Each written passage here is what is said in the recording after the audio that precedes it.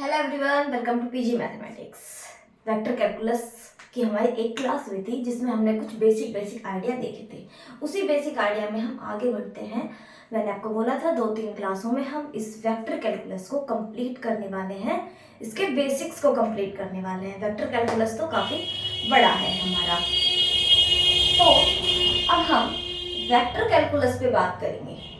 Vector calculus का हमने कुछ एल्जेब्राइक प्रॉपर्टीज हमने देख ली थी, वेक्टर के बारे में भी देखा था। आज हम स्टार्ट करेंगे लीनियर कॉम्बिनेशन से किन्हीं वेक्टर्स के। वैसे हम लीनियर कॉम्बिनेशन वेक्टर्स का, उनका लीनियरली डिपेंडेंट इंडिपेंडेंट हम वेक्टर स्पेस में जब लीनियर अलजेब्रा में भी पढ़ चुके हैं, लेकिन एक बार हल्का सा देखेंगे यहाँ पे भी। फिर हम कोलिनियर वेक्टर्स, कोप्लेनर वेक्टर्स, इन सब पे बात करते हुए dot product, scalar dot product और vector product, scalar triple product, आगे बहुत सारी बातें हम करने वाले हैं। तो स्टार्ट करते हैं आज की क्लास। टॉपिक डालिए लीनियर कॉम्बिनेशन ऑफ वेक्टर्स। आज का हमारा टॉपिक है पहला लीनियर कॉम्बिनेशन ऑफ वेक्टर्स। ये वैसे ही सेम है वेक्टर्स के लिए। n वेक्टर्स हम लेते हैं, n हमें स्केलर्स मिलने चाहिए और उन्हें हम लीनियर कॉम्बिनेशन में लिख देते हैं।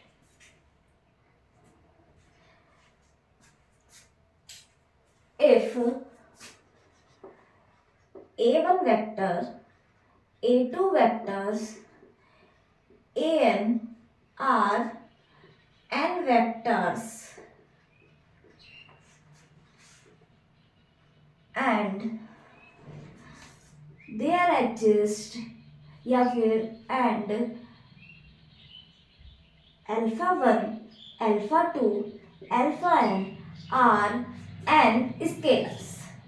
स्केलर्स हैं या हम रियल नंबर्स कुछ इस तरह बोल सकते हैं। ये कोई रियल नंबर्स हैं, ये हमने मान लिया। वेक्टर्स के लिए हमें कुछ ये मिल गए, हमारे स्केलर्स मिल गए। देन तो लीनियर कॉम्बिनेशन क्या होता है? Then alpha 1 a1 vector plus alpha 2 a2 vector plus dot dot dot alpha n an vector, ये क्या कहलाता है? Is called linear combination. ये कहलाता है हमारा लीनियर कॉम्बिनेशन। लीनियर कॉम्बिनेशन के थ्रू ही हम Li और Ld की बात करते हैं। Li वेक्टर कौन से होते हैं? Li मतलब linearly independent. Li linearly independent vectors if हमें इस तरह मिल जाए, जैसे alpha 1 a1 vector plus alpha 2 a2 vector plus dot dot dot alpha n an vector बराबर 0 यदि हमें दिया हो और ये स्टेटमेंट हमें इम्प्लाई करे alpha 1 बराबर alpha 2 बराबर डॉट डॉट डॉट बराबर alpha n ऑल आर 0। यदि लीनियर कॉम्बिनेशन इन वेक्टर्स का, हम लीनियर कॉम्बिनेशन बनाए n वेक्टर्स का, वो 0 के बराबर हो, इसका मतलब यदि सभी स्केलर्स हमारे 0 के बराबर हो जाए, तो हम कहेंगे, यदि ये कंडीशन हमें ये बताए कि सारे स्केलर्स कैसे हैं? 0 हैं, तो दिस इम्प्लाइज करता है a1 वेक्टर, a2 वेक्टर या ये जो वेक्टर्स हैं, इनका जो सेट है या ये वेक्टर्स हैं, ये आपस में कैसे हैं? लीनियरली इंडिपेंडेंट वेक्टर है। एक होता है लीनियरली डिपेंडेंट। लीनियरली इंडिपेंडेंट हमने बोल दिया, लीनियरली डिपेंडेंट की बात करते हैं, यानी एलडी वेक्टर्स की। यदि इन स्केलर्स के, सभी स्केलर्स के 0 हुए बिना, यानी कम से कम यदि हमें एक ऐसा स्केलर मिल जाए जो नॉन जीरो है और लीनियर कॉम्बिनेशन कैसा हो जाए? 0 हो जाए। लीनियर कॉम्बिनेशन 0 हो जाए लेकिन सभी के सभी स्केलर्स 0 ना हो, कम से कम एक नॉन जीरो मिले, तो हम कहेंगे जो ये वेक्टर्स हैं वो हमारे कैसे हैं? एलडी हैं, लीनियरली डिपेंडेंट हैं। तो इसे लिखेंगे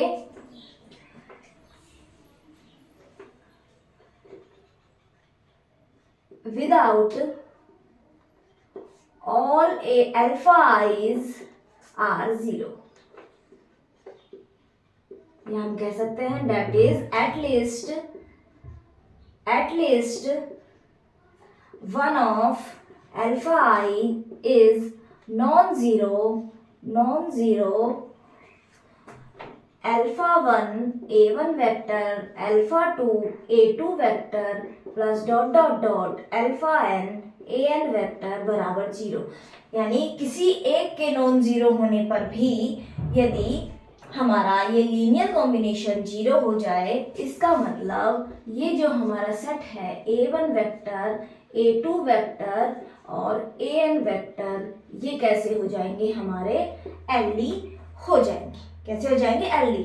सेम वही कॉन्सेप्ट है, बस थोड़ा सा लिखने का तरीका चेंज हुआ। वहाँ वेक्टर हम v1 v2 वेक्टर स्पेस पे बात कर रहे थे, तो उसके एलिमेंट v1 v2 w1 इस टाइप से ले रहे थे। यहाँ पे हम वेक्टर abc की फॉर्म में पढ़ रहे हैं, तो हम a1 a2 a3 इस तरह से हम ले रहे हैं। ठीक है, ये आप नोट डाउन करें। इसके एग्जांपल्स में हम बात करेंगे कि हम दो वेक्टर्स को लेके चलते हैं और फिर हम बात करेंगे कि वो दो वेक्टर्स के लिए हम किस तरह चेक करेंगे। हम ज़्यादा वेक्टर्स होंगे लीनियर कॉम्बिनेशन से चेक कर सकते हैं, इसके अलावा हम और कैसे चेक करेंगे। देखो,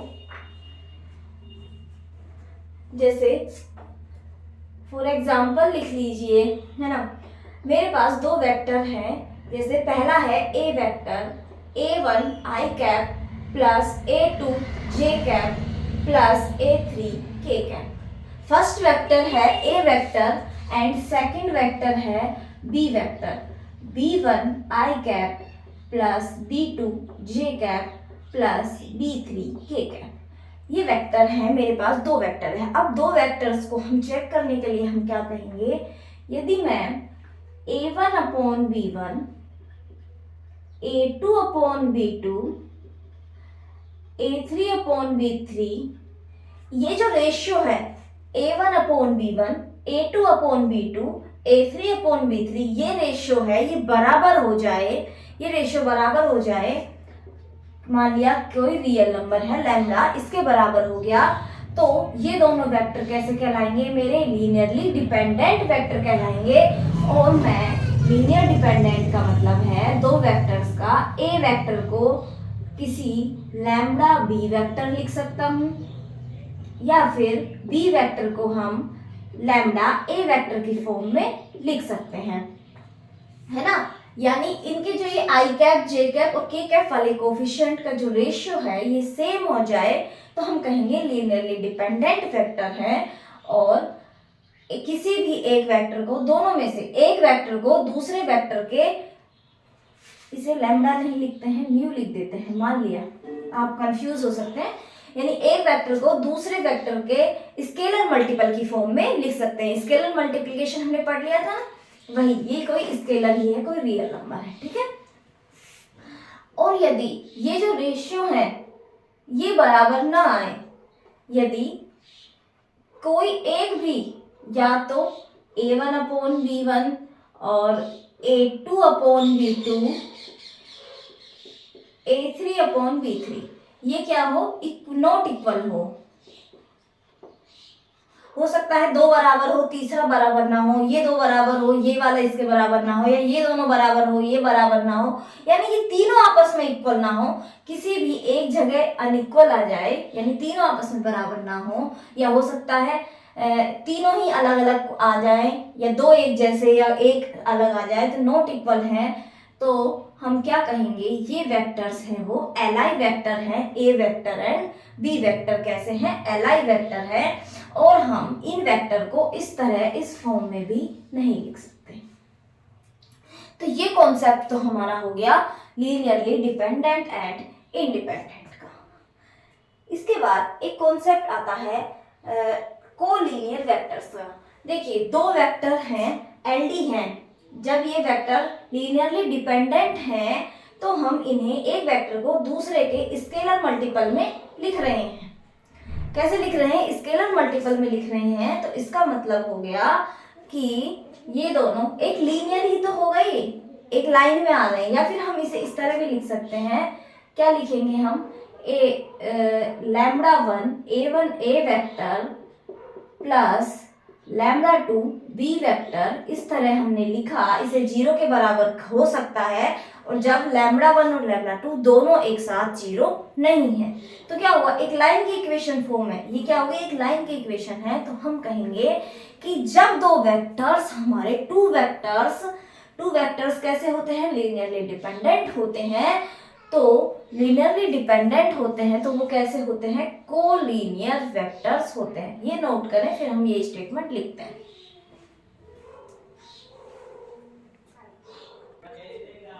तो हम इनका लीनियर कॉम्बिनेशन इस तरह बनाएंगे, ए वेक्टर एंड बी वेक्टर का। अब यदि दोनों नॉन जीरो हैं, यदि lambda one and lambda to दोनों एक साथ 0 नहीं है, क्या साइमल्टेनियसली 0 नहीं होते हैं, है ना, एक साथ नॉट इक्वल 0 है या फिर नॉट इक्वल 0 रहेंगे, या फिर हम कह सकते हैं लैम्बडा वन बराबर लैम्बडा टू बराबर 0, नॉट पॉसिबल।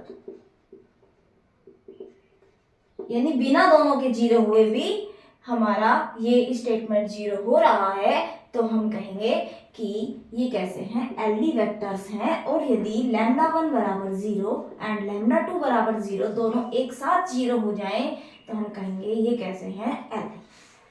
ठीक है, तो हमने क्या कंक्लूजन निकाला था, two vectors are linearly dependent if and only if they are collinear vectors। Collinear का मतलब हुआ, जैसे एक वेक्टर इस डायरेक्शन में है, ए वेक्टर, तो बी वेक्टर की डायरेक्शन भी यही होगी। हो सकता है बी वेक्टर की लेंथ इतनी हो सकता है इतनी हो सकता है वो इतनी हो। तो ये सारे वेक्टर्स हैं, ये कैसे हैं, ये जितने भी वेक्टर्स बन रहे हैं जिनकी लेंथ अलग अलग है, ये सारे हमारे कैसे हैं, कोलिनियर वेक्टर हैं, जिनकी डायरेक्शन सेम है ना। इसके अलावा इस साइड भी एक ही लाइन में है, बस डायरेक्शन कैसी होगी, अपोजिट, या तो वो सेम डायरेक्शन में है या फिर अपोजिट डायरेक्शन में है। अपोजिट डायरेक्शन में भी हो सकते हैं। ठीक है, यानी दो वेक्टर्स हैं, A vector and B vector, इनके बीच ये एंगल होगा कुछ ना कुछ।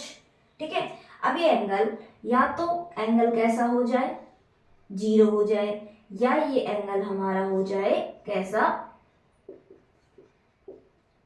180, यानी या तो 0 डिग्री है या 180 है, या फिर कह सकते हैं 0 और पाई।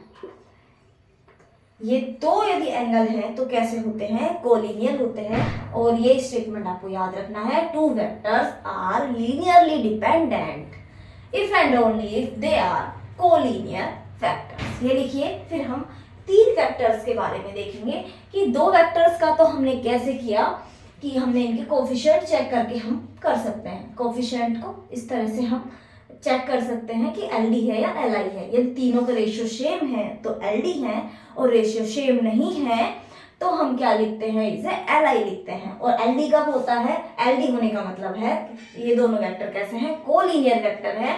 एंड कोलिनियर होने का मतलब है दोनों वेक्टर कैसे हैं, लीनियरली डिपेंडेंट है। ठीक है, ये नोट करें। फिर 3 वेक्टर्स के बारे में बात करते हैं। अब हम 3 वेक्टर्स के लीनियरली डिपेंडेंट एंड इंडिपेंडेंट पे बात करते हैं। कैसे करेंगे, मानिए 3 वेक्टर्स हैं, A vector, B vector and C vector. A B C 3 vectors हैं। ए वेक्टर कैसा है, ए वेक्टर को हमने लिखा है a1i cap plus a2j cap plus a3k cap. ठीक है, बी वेक्टर को हमने लिखा है b1i plus b2j plus b3k and c1i plus c2j plus c3k। ये हमारे तीन वेक्टर्स हैं।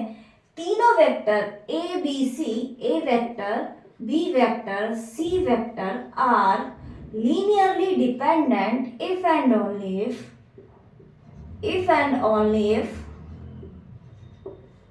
ये सिंबल है हमारा यहाँ पे किसका, डिटर्मिनांट का। डिटर्मिनांट कोफिशिएंट का जो डिटर्मिनांट है a1, a2, a3, b1, b2, b3, c1, c2, c3, ये जो कोफिशिएंट का डिटर्मिनांट है ये कैसा हो जाए, जीरो। यदि कोफिशिएंट का डिटर्मिनांट जीरो है तो वेक्टर्स कैसे हैं, लीनियरली डिपेंडेंट है। लीनियरली डिपेंडेंट है तो ये डिटर्मिनांट जीरो आने वाला है। तो तीन वेक्टर्स का हमें जब भी हमें चेक करना होगा कि वो वेक्टर्स लीनियरली डिपेंडेंट हैं या इंडिपेंडेंट हैं, हम चेक करेंगे ये डिटर्मिनांट। क्या करेंगे, डिटर्मिनांट चेक करेंगे। जीरो है तो एलडी है, और यदि ये डिटर्मिनांट नॉन जीरो है तो ए बी सी जो वेक्टर्स का जो सेट है या ए बी सी आपस में जो वेक्टर्स हैं ये कैसे हैं, एलाई वेक्टर्स हैं, लीनियरली इंडिपेंडेंट वेक्टर्स हैं।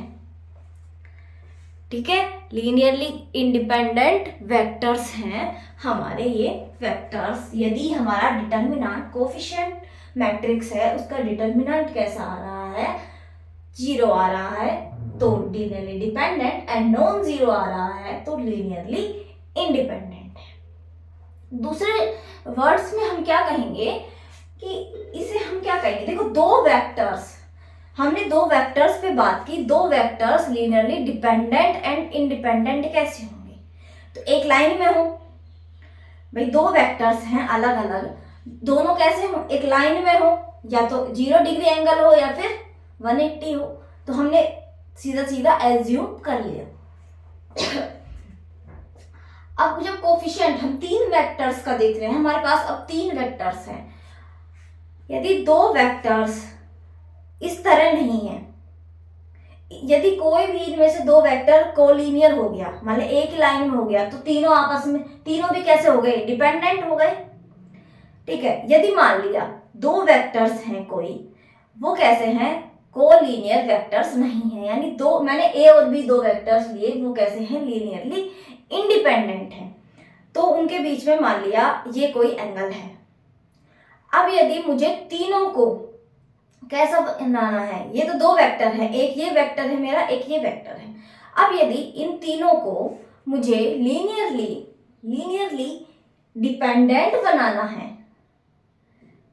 डिपेंडेंट बनाना है, तो इसका मतलब जो वेक्टर होगा वो इसी प्लेन में आना चाहिए जिस प्लेन में ये दोनों वेक्टर हैं। इंडिपेंडेंट बनाने के लिए इस प्लेन से बाहर होना चाहिए। कोई भी ये इन दोनों के लीनियर कॉम्बिनेशन में लिखूं, यदि मैं किसी तीसरे वेक्टर को, वो इस प्लेन में ही तो आएगा, वो वेक्टर भी इसी प्लेन में ही तो आएगा, तभी तो हम इसे कैसे बोल सकते हैं, कोप्लेनर वेक्टर क्या होते हैं, जो एक ही प्लेन में होते हैं उनके लिए भी ये कंडीशन फुलफिल होती है। और जब वो एलडी हैं तो एलडी बनाने के लिए दो के लीनियर कॉम्बिनेशन से तीसरा बनाएंगे तो इस प्लेन में ही करेगा, क्योंकि दोनों के लिए क्या होंगे, एक प्लेन के, आपने ज्योमेट्री पढ़ी होगी वहां पे आप देख सकते हैं, आपने जब ज्योमेट्री पढ़ी है तो कोप्लेनर के लिए हम ये सारी चीजें पढ़ते हैं। तो इसका मतलब यदि तीन वेक्टर एलाई हुए तो क्या होगा, वो तीनों आपस में कैसे होंगे, एक प्लेन में नहीं होंगे। तीन, यदि हम किन्हीं दो को लेके कोई प्लेन जनरेट करने की कोशिश करें तो तीसरा उस प्लेन से बाहर जाएगा, तो एलाई हो जाएंगे। और एलडी होने का मतलब है वो तीनों एक ही प्लेन में आने वाले हैं। तो ये हमें कंडीशन, हमें वैसे भी हम पढ़ चुके होंगे, आपने कभी 2D 3D ये पढ़ा होगा तो आपने वहां पे देखा होगा कि कोप्लेनर है। 3D में जब हम बात करते हैं तो कोप्लेनर का मतलब यही होता है कि वो डिटर्मिनांट की वैल्यू जो होती है वो 0 होती है। तो आप इसके लिए स्टेटमेंट लिखेंगे,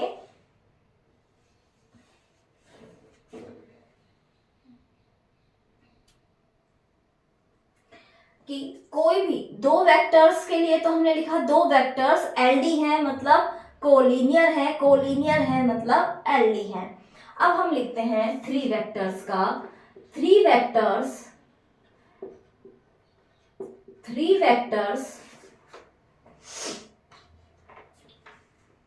are LD linearly dependent if and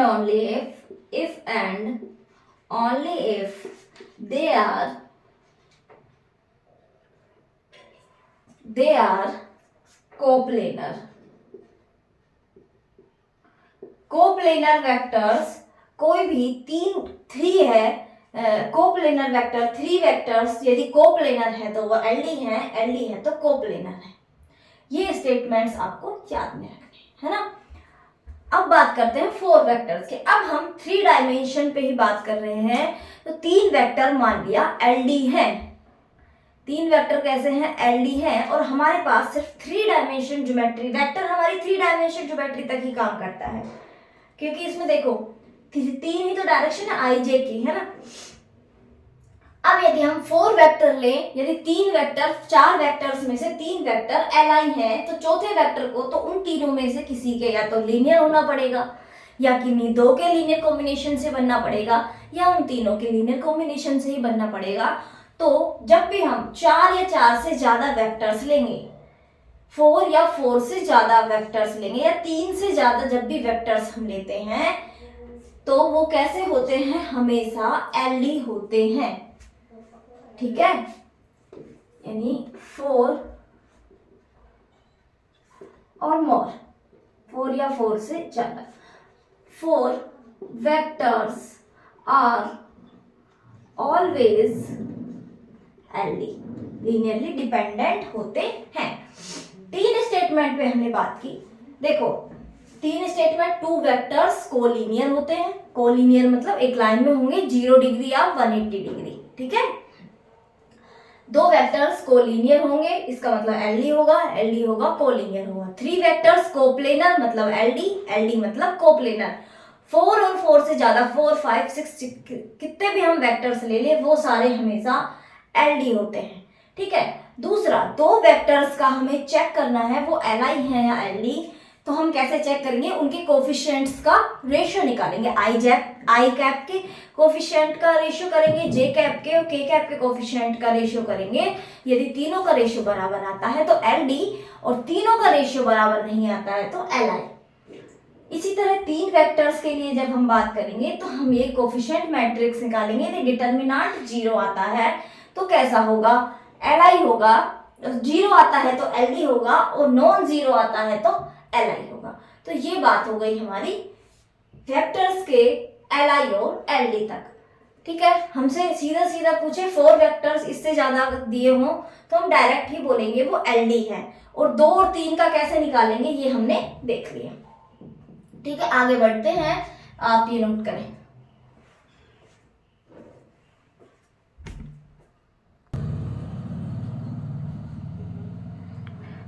अब हम बात करते हैं टू वेक्टर्स के प्रोडक्ट की। देखो हमने पढ़ा था स्केलर प्रोडक्ट, यानी एक रियल नंबर लिया था या कोई नंबर लिया था, स्केलर नंबर था वो हमारा, वेक्टर नंबर नहीं था, स्केलर नंबर था, उसे हमने किसी वेक्टर से मल्टीप्लाई किया था लैम्बडा से, ठीक है, लास्ट क्लास में किया था। अब हम क्या करते हैं, product of vectors, product of vectors. देखो सबसे पहले हम टू वेक्टर्स का प्रोडक्ट करना सीखेंगे। किसका, टू वेक्टर्स का प्रोडक्ट करेंगे। टू वेक्टर्स के प्रोडक्ट में हम देखेंगे,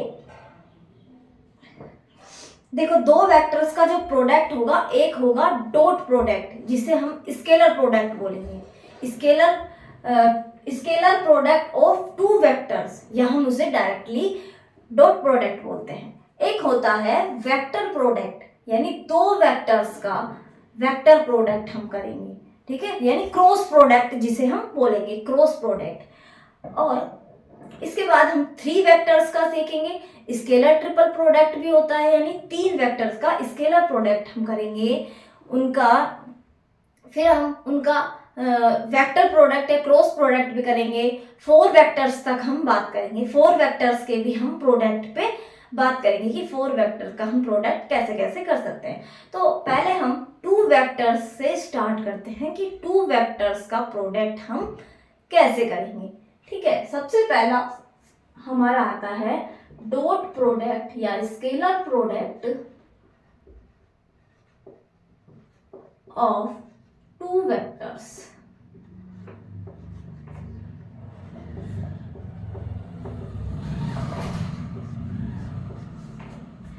किस तरह करेंगे, देखो एक वेक्टर है A vector a1 i cap plus a2 j cap plus a3 k cap. Second vector है B vector b1 i cap plus b2 j cap plus b3 k cap.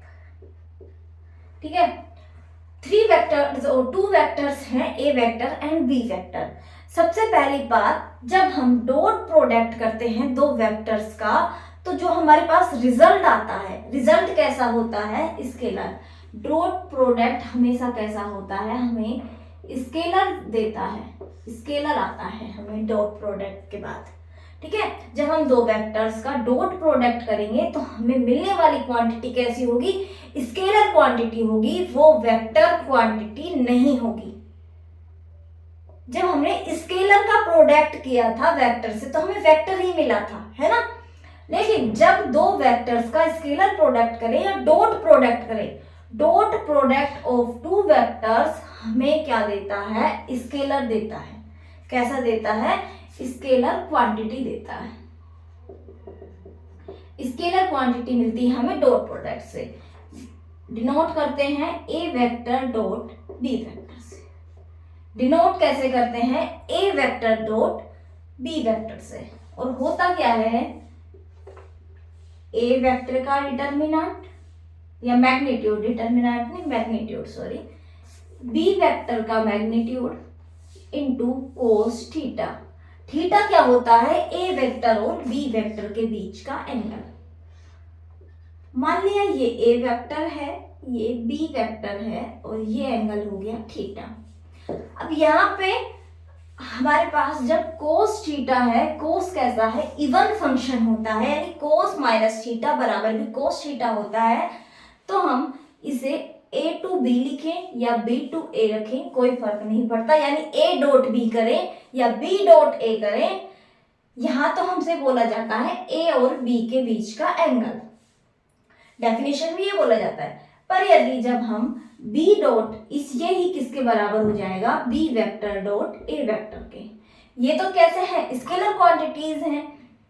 ये क्या होगा, कोस थीटा। कोस थीटा हमेशा even function होता है, minus theta करते हैं तो भी ये कोस थीटा आता है। इसका मतलब b vector dot a vector भी सेम होता है। b डॉट a करेंगे तो हम इस तरह एंगल निकालेंगे, फिर इसे हम थीटा लिखेंगे। जैसे मान लिया ये मेरा बन रहा था π/3, इस डायरेक्शन में हम π/3 ले रहे थे, या जो भी π/8 π/6 कुछ भी बन रहा था, इस डायरेक्शन में हम फिर उसे कैसे लेते हैं, ए से बी कर रहे हैं तो इस डायरेक्शन में नापेंगे, इस इधर इस तरह नापते हैं। तो ठीक है, इस तरह हम मापते हैं हमारे एंगल को। तो डॉट प्रोडक्ट में ये सारे झंझट हमारे पास नहीं है, हमारे पास सीधा सीधा सीधा है कि dot product A dot B dot A same होता है। होता क्या है, ए का मैग्नीट्यूड बी का मैग्नीट्यूड इंटू कोस थीटा, ये होता है हमारा फॉर्मूला। थीटा क्या होता है, angle between A and B vector. Theta क्या होता है, angle between A and B vector.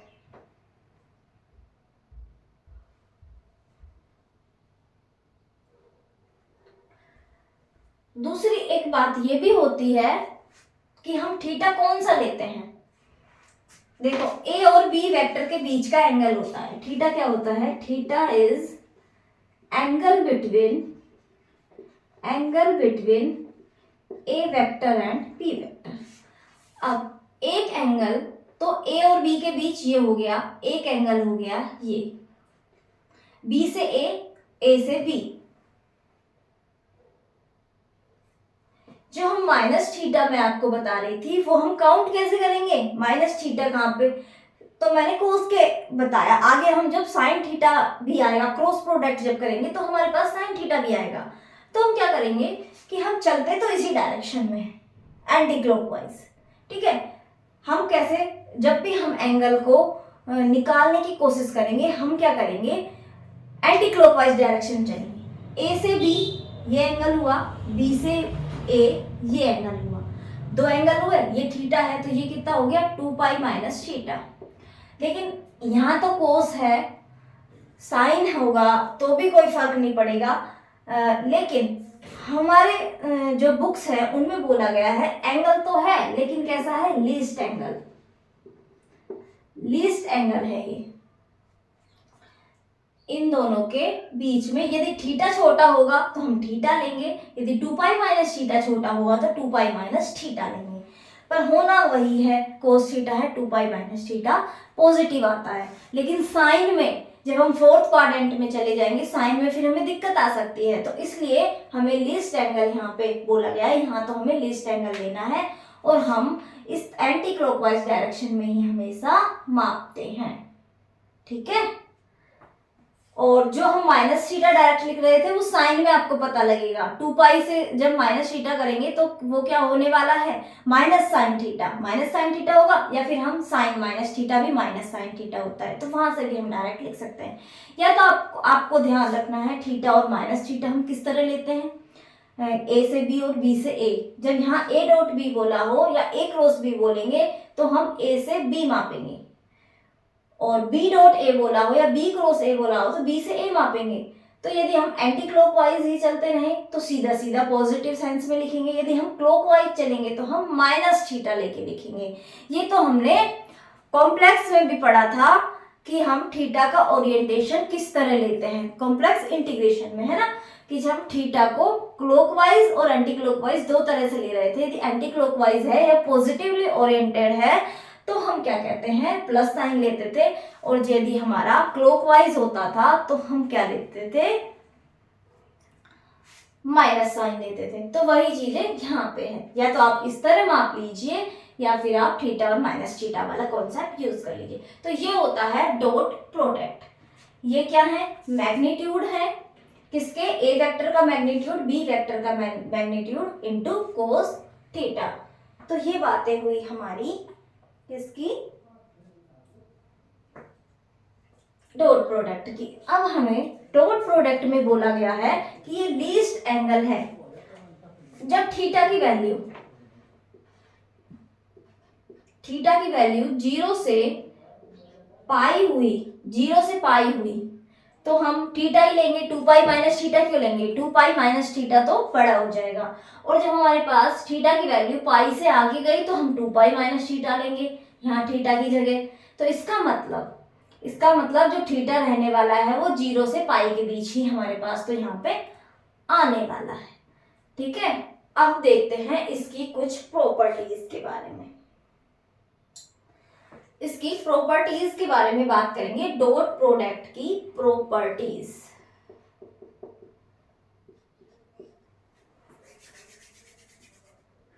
वैसे इससे पहले मैं आपको एक बात और बता देती हूँ, है ना। ये तो हो गया फॉर्मूला, ये तो क्या हो गया हमारा फॉर्मूला हो गया। बाकी यदि हमें दो वेक्टर दिए हैं और डॉट प्रोडक्ट निकालना है, हमें एंगल, हम ए और बी के बीच एंगल निकालने थोड़ी बैठेंगे। देखिए ए और बी के बीच हम एंगल निकालने नहीं बैठेंगे उस टाइम पे। एंगल निकालना तो हम अभी आगे सीखेंगे, अभी काफी आगे सीखेंगे कि दो वेक्टर्स के बीच में एंगल कैसे निकालते हैं, और एंगल निकालने वहां नहीं बैठेंगे हम। जब डॉट ए और डॉट बी करना होगा, यानी ए वेक्टर डॉट बी वेक्टर यदि हमें करना है, हम क्या करेंगे, आई कैप और आई कैप के कोफिशिएंट का डॉट करेंगे, यानी मल्टीप्लाई a1 b1 प्लस जे कैप और जे कैप के कोफिशिएंट का करेंगे a2 b2 प्लस के कैप और के कैप के कोफिशिएंट का करेंगे a3 b3। ये क्या होगा a3 b3।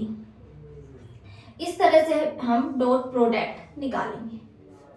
ठीक है, हमें एंगल हर बार क्वेश्चन में दिया जाए बहुत अच्छी बात है, वरना हम इस तरह डॉट प्रोडक्ट निकालेंगे, आई आई के कोफिशिएंट, जे जे के कोफिशिएंट, के कोफिशिएंट का अलग अलग मल्टीप्लाई करके सम करेंगे। ठीक है, ये आपको ध्यान में रखना है कि डॉट प्रोडक्ट हम इस तरह भी निकालते हैं। इसकी प्रॉपर्टीज पे बात करते हैं। फर्स्ट प्रॉपर्टी, आप जानते हैं कोस थीटा है हमारा, उसकी वैल्यू क्या होती है? कोस थीटा की जो वैल्यू है, कोस थीटा की वैल्यू होती है -1 से 1। कोस थीटा की वैल्यू होती है -1 से 1 के बीच में। हम क्या करते हैं, देखो मैंने आपको फर्स्ट वाली क्लास में बताया था, कहीं कहीं आपको बुक्स में इसे इस तरह लिखा मिलेगा। ये इसका मतलब क्या है? मैग्नीट्यूड ऑफ ए वेक्टर लिख रहे थे ना हम, ए वेक्टर को ए डॉट ए कैप इस तरह। ठीक है, तो हम उसी को डायरेक्ट लिखते हैं। तो हम क्या करते हैं, यहाँ पे माइनस का ए डॉट बी या A B cos theta A B,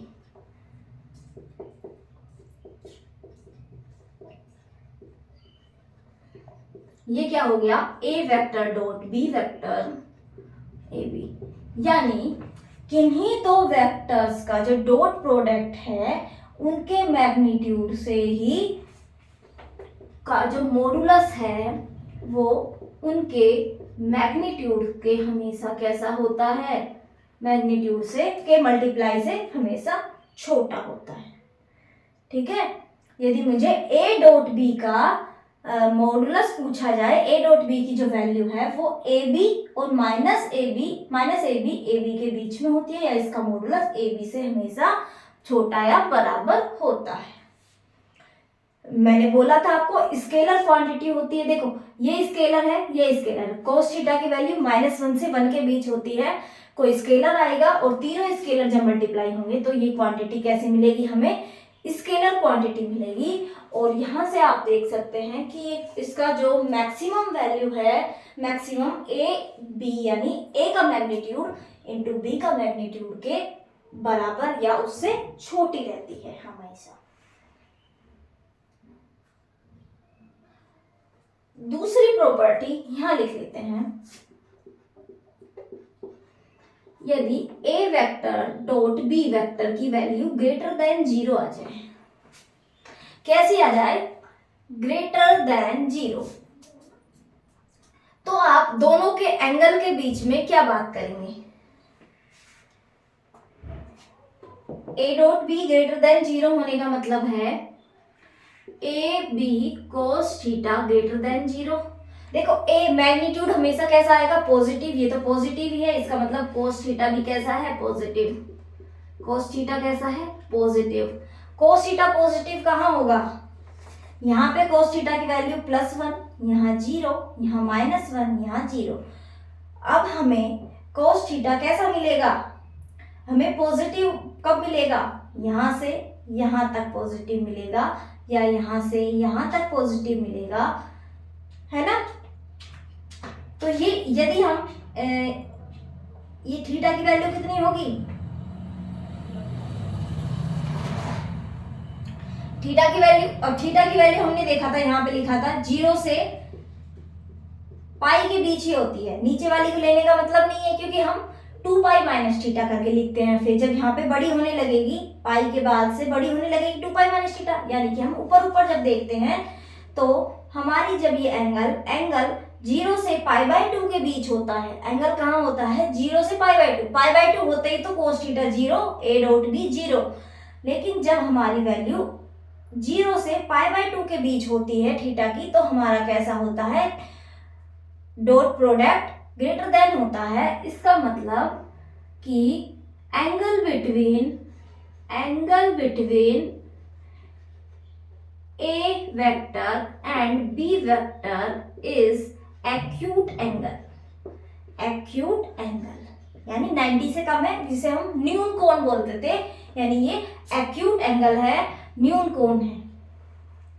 ठीक है, जब भी हमें दो वेक्टर्स का डॉट प्रोडक्ट पॉजिटिव मिले तो हम कहेंगे कि दोनों के बीच में कैसा है? एंगल कैसा है? एक्यूट एंगल है, यानी न्यून कोण है।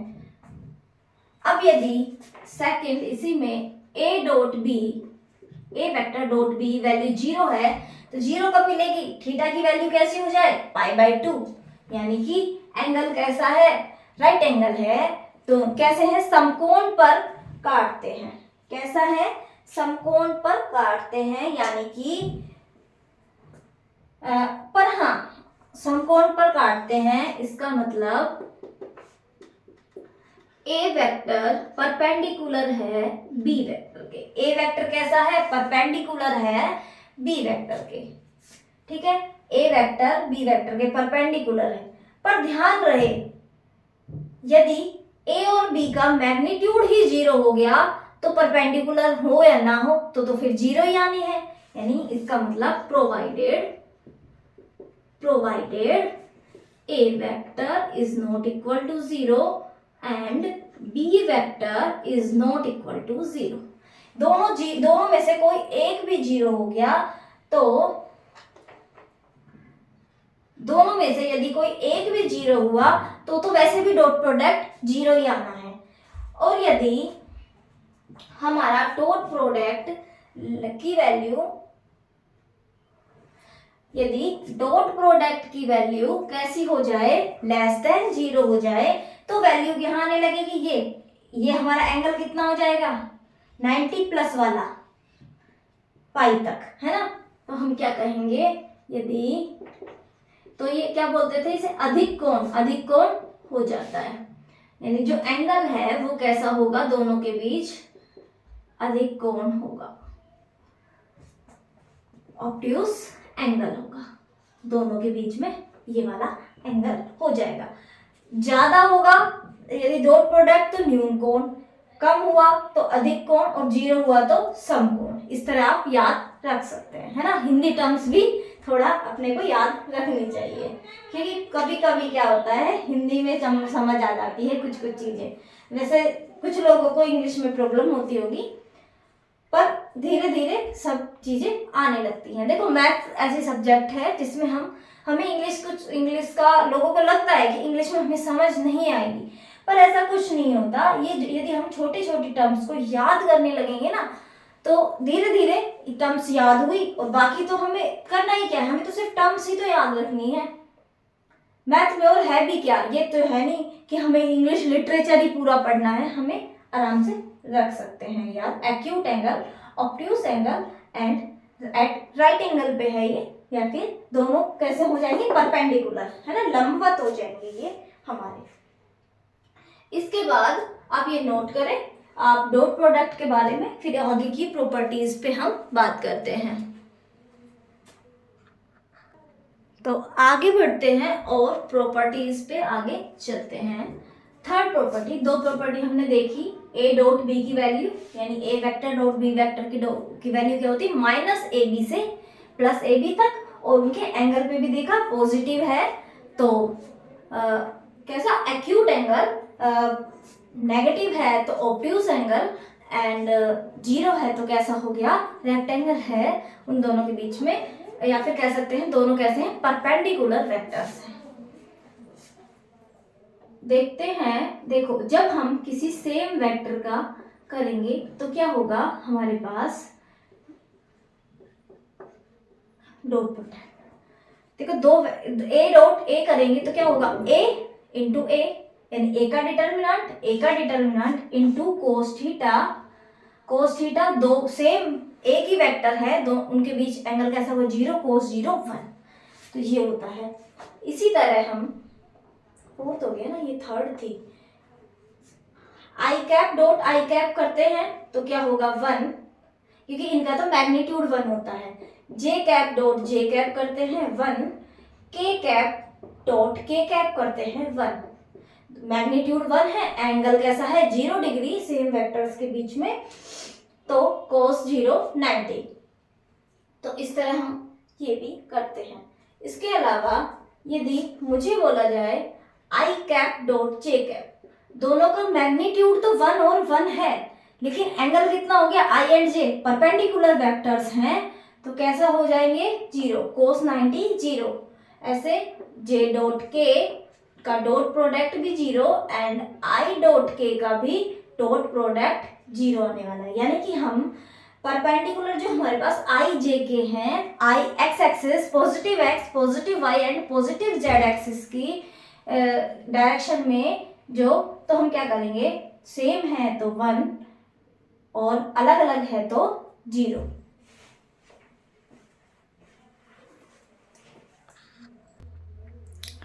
आगे बढ़ते हैं।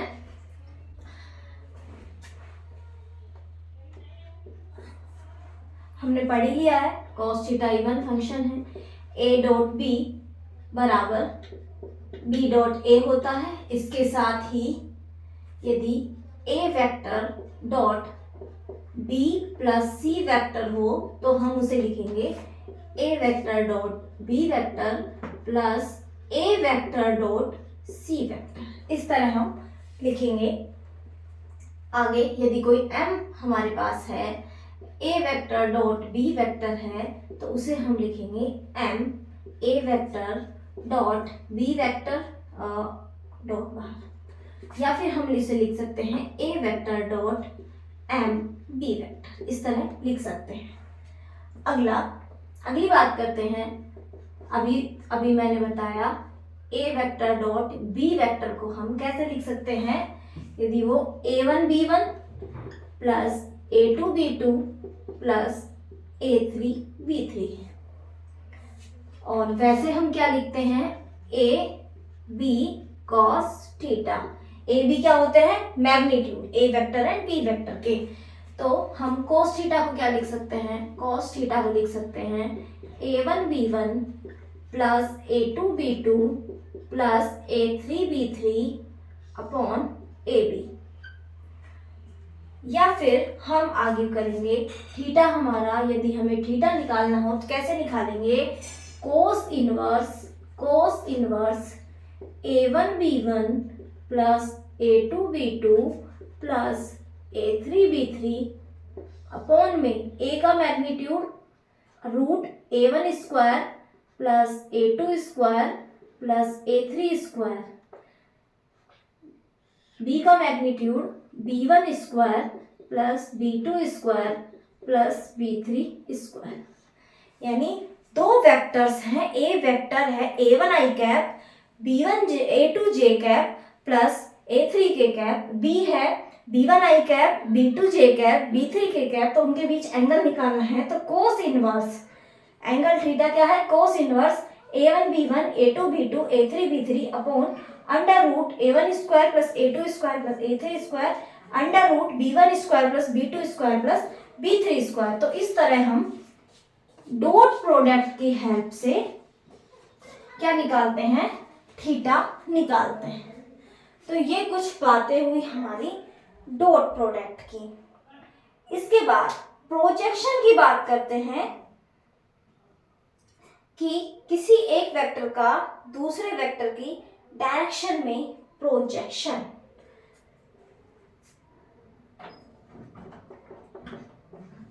यदि मुझे प्रोजेक्शन निकालना है, projection of A vector, projection किसका निकालना है, ए वेक्टर, किसकी डायरेक्शन में, and direction of B vector, B vector की डायरेक्शन में मुझे ए वेक्टर का क्या निकालना है, प्रोजेक्शन निकालना है।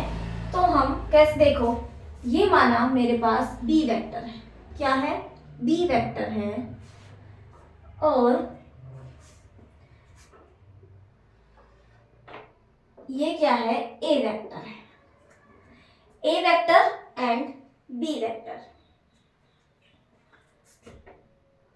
दोनों के बीच एंगल थीटा, दोनों के बीच एंगल थीटा। तो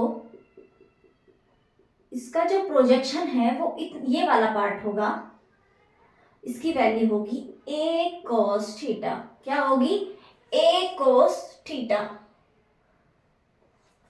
तो a cos थीटा को हम कैसे लिख सकते हैं, a क्या है, a का मैग्नीट्यूड, a का मैग्नीट्यूड और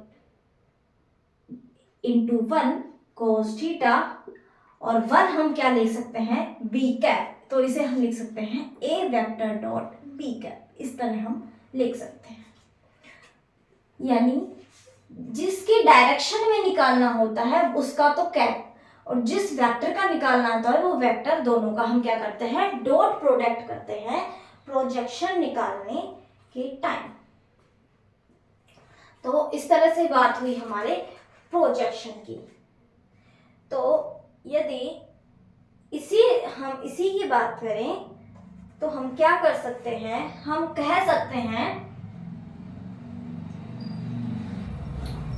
हम ए वेक्टर का आई कैप के साथ यदि डॉट प्रोडक्ट करें, ए वेक्टर का डॉट प्रोडक्ट आई कैप के साथ करें तो हम क्या कह सकते हैं,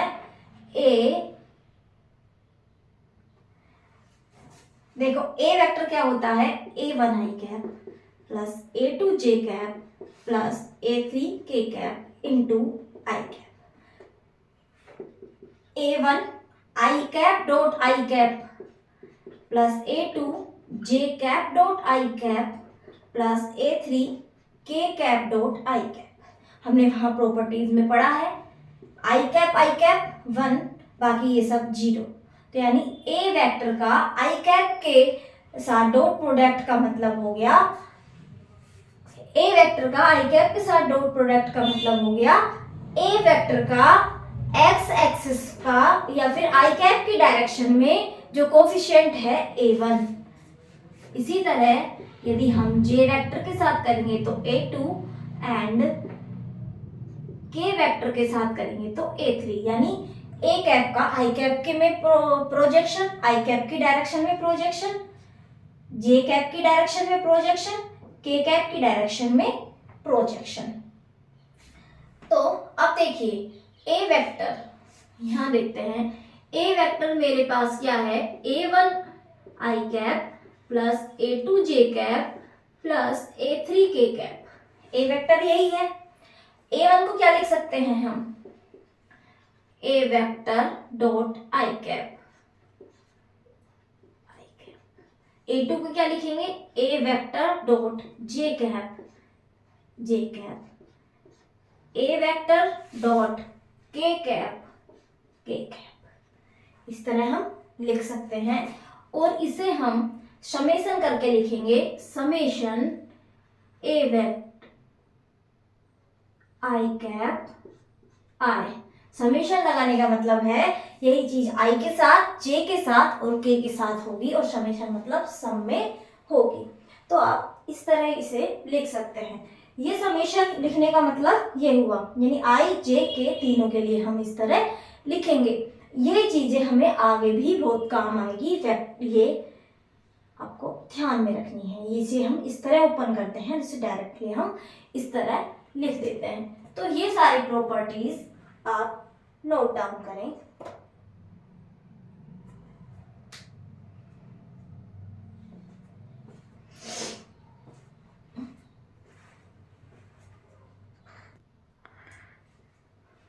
आपने नोट डाउन तो कर लिया होगा, तो आज के लिए इतना ही रखते हैं। नेक्स्ट क्लास में हम बात करेंगे वेक्टर प्रोडक्ट पे या क्रॉस प्रोडक्ट ऑफ वेक्टर्स पे। ठीक है, आज हमने linear combination, LILD, collinear, coplanar, इस सब के बारे में बात की, डॉट प्रोडक्ट के बारे में बात की, डॉट प्रोडक्ट की प्रॉपर्टीज देखी, डॉट प्रोडक्ट की हेल्प से हम एंगल कैसे निकालना है ये देखा, प्रोजेक्शन वाली प्रॉपर्टी देखी। प्रोजेक्शन में आपको ध्यान रखना है जिसका प्रोजेक्शन निकालते हैं वो वेक्टर, एंड जिसकी डायरेक्शन में, डायरेक्शन का मतलब होता है कैप, ध्यान रखने के लिए डायरेक्शन का मतलब है कैप, तो बी कैप। इस तरह आप डॉट प्रोडक्ट करेंगे। ठीक है, तो आज के लिए इतना ही, मिलते हैं नेक्स्ट क्लास में अपने नेक्स्ट कॉन्सेप्ट के साथ। आज के लिए इतना ही, ओके, बाय बाय।